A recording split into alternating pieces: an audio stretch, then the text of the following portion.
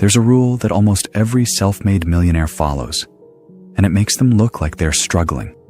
Most people will never figure it out. Today, I'm going to show you exactly what it is. Garrett pulled into his driveway the same way he always did. Slow, no rush, windows down. His 2003 Ford Ranger had a dent on the passenger side that'd been there longer than most of his neighbors had lived on the street. Across the road, Marcus killed the engine of a brand new BMW X5, jet black, still had the dealer plates on it. He stepped out, adjusted his sunglasses, and gave a little nod to Mrs. Patterson next door, the kind of nod that says, "Yeah, I know you're looking." And she was. Everyone was. That was the thing about Maple Drive. People noticed what you had, and based on what they saw, the whole street had already made up its mind. Marcus was doing well, and Garrett was just getting by. But here's the thing about what people see. It's almost never the full picture. Garrett was 51, worked as a building inspector for the county, wore the same rotation of flannels and boots every week. He'd bought his house back when the market tanked, foreclosure sale, dirt cheap, and because he could fix just about anything with his own hands, he'd paid off the mortgage 9 years ago without ever hiring a contractor. He ate at home most nights, drove to work and back, walked his dog, a mutt named Oscar, around the block after dinner. On weekends, he'd fix things, a leaking faucet, a wobbly shelf, stuff most people would just throw money at. Marcus was 38, worked in tech sales, good salary, always had the latest everything, phone, watch, sneakers. He'd moved on to Maple Drive about 2 years ago, and ever since, his lifestyle had been loud. New furniture every few months, subscriptions to things he forgot he signed up for, trips to Vegas with the boys. He'd lease the car, finance the watch, and put the rest on credit, figuring he'd sort it all out when the next commission check hit. And honestly, everyone on the block thought Marcus had it figured out. People talked about him at barbecues like he was living proof that hustle pays off. Nobody talked about Garrett. He was just there. It started small. Marcus stopped parking the BMW in the driveway and started leaving it in the garage. Not because he'd suddenly learned humility. Because his phone kept buzzing with calls from numbers marked unknown, the bank's collections department, and he knew that if they spotted the car sitting out front, a tow truck could roll up in the middle of the night and take it before he even woke up. So, he hid it, kept the garage door shut, walked past the driveway like nothing was wrong. Then the mail started stacking up, not regular mail, the kind with red stamps. Final notice, past due. He'd grab the stack, shove it in a drawer, and tell himself he'd deal with it tomorrow. But tomorrow kept turning into next week. One night, Marcus was sitting in his kitchen, lights off, just the glow of his laptop, trying to figure out which card still had room on it. He needed groceries, actual groceries, not takeout, not DoorDash, eggs, bread, aged ground beef. He checked his account, $87.42. Let that sit for a second. A guy making payments on a $60,000 car had $87 to his name. Meanwhile, across the street, Garrett was on the phone with his accountant. Not because anything was wrong, just the quarterly check-in. They talked about Garrett's properties, not some fancy apartment complex, just 2 duplexes in a neighboring town that he'd bought run down and gutted himself over countless weekends, hauling lumber in that beat-up Ranger, learning plumbing from YouTube videos, laying tile until his knees ached. Both units stayed full year-round. He also had a brokerage account he'd been quietly feeding for over 2 decades. Nothing glamorous, index funds, a handful of dividend stocks, and some bonds now that he was getting older. His accountant asked him if he'd thought about upgrading his truck. Garrett laughed. "It runs fine, Dave. Why would I?" Dave snorted, closed the ledger, and knew Garrett was the only guy in town who didn't give a damn about looking the part.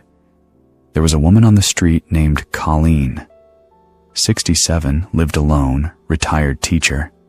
Her roof had been leaking for months, and she'd been putting pots under the drip spots because she couldn't afford the repair. She mentioned it once at a neighborhood gathering. Just casually, the way older folks do, not asking for help, just making conversation. 2 days later, a roofing crew pulled up in front of her house. Colleen stepped outside, confused. The foreman, a contractor who regularly did inspections with the county office, I told her that his company was running a community assistance program for seniors in the area, and that her roof had been selected for a free repair. He had the paperwork ready. She signed it on her porch, still a little stunned. She never found out who was really behind it. Nobody did. But Garrett's accountant had a line item that month, a $4,200 transfer to the foreman's company. Garrett didn't think twice about it, didn't post it anywhere, didn't tell a soul. He didn't want a plaque or a tearful thank you. The check cleared, the roof got patched, and Garrett went back to his oatmeal. It happened on a Thursday night. Marcus was sitting on his front steps, looking like he hadn't slept in days because he hadn't.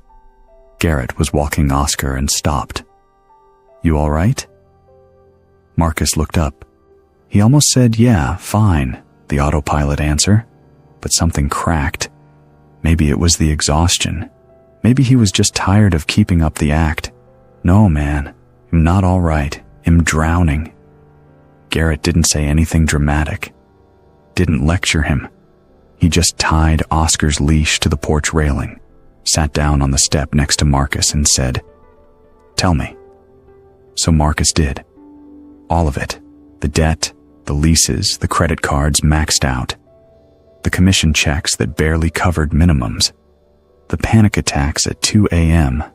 The feeling that he'd built an entire life out of smoke. Garrett listened. Then after a long pause, he reached down and scratched Oscar behind the ears. And without looking up, he said something Marcus never forgot. "You know what's funny? I've got more money than I'll probably ever spend, and nobody on this street knows it. You've got almost nothing, and everyone thinks you're rich." Marcus didn't laugh. "You're killing yourself to impress people who wouldn't spit on you if you were on fire. I sleep at night because I owe nothing to nobody. Free to not panic when a bill comes. Free to help someone without worrying if you can cover rent. Free to walk away from a job if it's killing you." He tightened the leash gently as Oscar tried to wander off. "I wear old boots, drive an old truck, and eat leftovers twice a week. Not because I have to, because none of that stuff matters to me. What matters is that I sleep like a baby. Every single night." What Garrett understood, and what Marcus was just starting to see, is what some people call the invisible wealth rule. It's not really a rule you'll find in a textbook. It's more like a pattern, something you notice when you study people who've quietly built real, lasting wealth. Here's how it works. Most people earn money and immediately convert it into stuff. Visible, flashy, impressive stuff. Cars, clothes, gadgets, experiences that look good on Instagram. And for a while it feels amazing. You feel like you've arrived, but that money is gone. It's not working for you anymore. It's sitting in your driveway, losing value every single day. People like Garrett do the opposite. They earn money and convert it into things you can't see. Equity, investments, assets that grow while they sleep. Their wealth is invisible. You can't spot it from the outside. And that's exactly why it works. Because when your wealth is invisible, nobody pressures you to spend more of it. Nobody expects you to upgrade. Nobody raises the bar on you. You get to keep building in peace. It sounds almost too simple, right? But the hardest part isn't understanding it. The hardest part is going against everything society keeps shouting at you. That you need to show your success, prove your worth, keep up with the people around you. Garrett didn't fight that battle with willpower. He just decided, a long time ago, that he didn't care what the street thought. And that one decision changed everything. Marcus didn't change overnight. That's not how it works. Real change is brutal and slow, and some days you want to quit before you even start. He called the bank, told them he wanted to do a voluntary surrender of the BMW.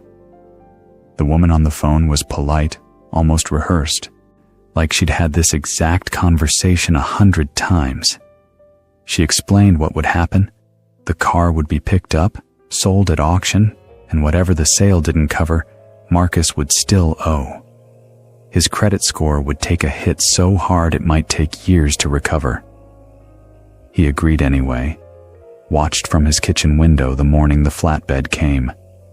A guy in a yellow vest hooked chains to the front axle and dragged the X5 up the ramp. The whole thing took about 4 minutes. 2 years of payments, gone in 4 minutes. When his next commission check hit, the kind of money he used to blow in a single weekend in Vegas, he drove 40 minutes to a used car lot outside of town and bought a 2011 Honda Civic with rust spots above the wheel wells. Paid cash, it wiped out almost everything he had. He sat in the parking lot for 10 minutes before driving it home, hands on the steering wheel, staring at the dashboard. It smelled like old air freshener and someone else's cigarettes. But it was his, really his. No bank, no lease, no monthly bleeding. He cut 3 subscriptions, started cooking, badly at first, but he got better. Made a spreadsheet, started tracking every dollar like his life depended on it. Because honestly, it kinda did. 6 months in, he had his first month with money left over. Not a lot, a few $100, but it was the first time in years he didn't know more than he had. He walked over to Garrett's house and said, "I slept through the whole night last night." Garrett smiled. "Feels different, doesn't it?" "Feels like breathing." A year later, that Maple Drive looked pretty much the same. Same lawns, same mailboxes, same sprinklers going off at 6 a.m. Garrett still drove the Ranger, still wore flannels, still walked Oscar every evening. Marcus still lived across the street, but the garage door stayed open now. The Civic sat there in plain sight, a little beat up, a little ugly, and Marcus didn't care anymore. He'd stopped keeping score. Some nights, if the weather was nice, you'd see them both out front. Garrett on his steps with Oscar, Marcus on his, sometimes talking, sometimes just sitting in the quiet. Nobody on the street knew what had changed. From the outside, nothing looked different, but that was kind of the whole point. He just stopped pretending. That's all it takes to start. If the story of Marcus and Garrett today hits somewhere close to home, I'd really love to hear from you. Drop a thought in the comments. What's one expense you've been carrying just because it looks right? Sometimes just saying it out loud is the first step. And if someone you care about needs to hear this right now, just send it their way. That might be the kindest thing you do this week. Thanks for being here. I'll see you in the next one.